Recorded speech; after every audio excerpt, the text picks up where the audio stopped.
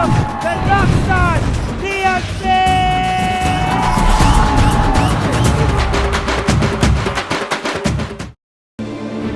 நிலா மாதிரி ஒரு குழந்தை எனக்கும் இருக்க வேண்டியது. ஆனா இப்ப அந்த குழந்தை என்கிட்ட இருந்து பிரிஞ்சு எங்கேயோ கண்காணாத இடத்துல, நான் தொட முடியாத இடத்துல இருக்குமா? நீங்க ஃபீல் பண்றீங்க தம்பி. நிலா உங்க பொண்ணுதான். என்னம்மா? இல்ல தம்பி, நிலா கூட உங்க பொண்ணு மாதிரி தானே சொல்ல வந்தேன்.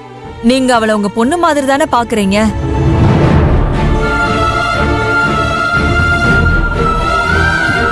ஆமாம்மா.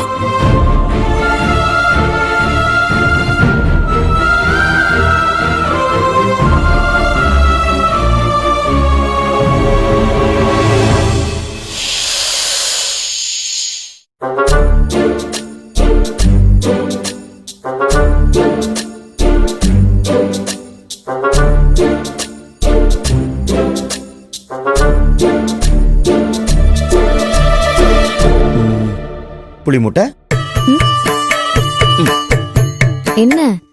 இந்த 2 விரல்ல ஒண்ணு தொட. இங்க வா, வந்து தொடு. ஏன் சின்னதான் திடீர்னு?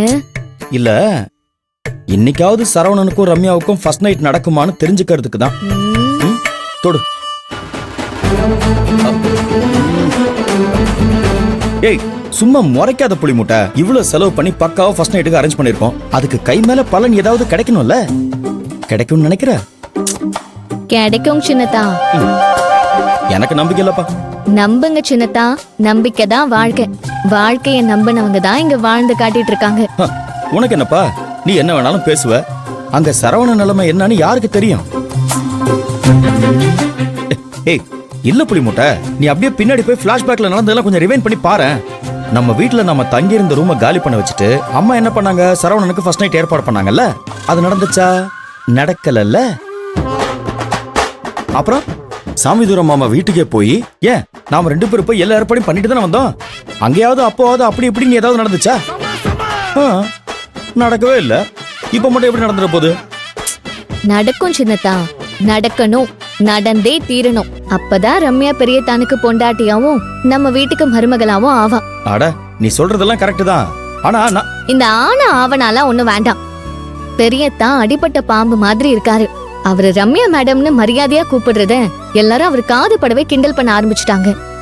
அதனால பெரியத்தான் வெறி கொண்டு போயிருக்காரு. அப்படின்னா காஞ்ச மாடு கம்பம் கொள்ள பார்த்த மாதிரி இங்க சரவணனும். ஓ, உதாரணம் சொல்றீங்களா? கொன்னுடுவேன். என்ன நீ இவ்வளவு கோவக்கார ஆளா இருக்க? என்ன இவ?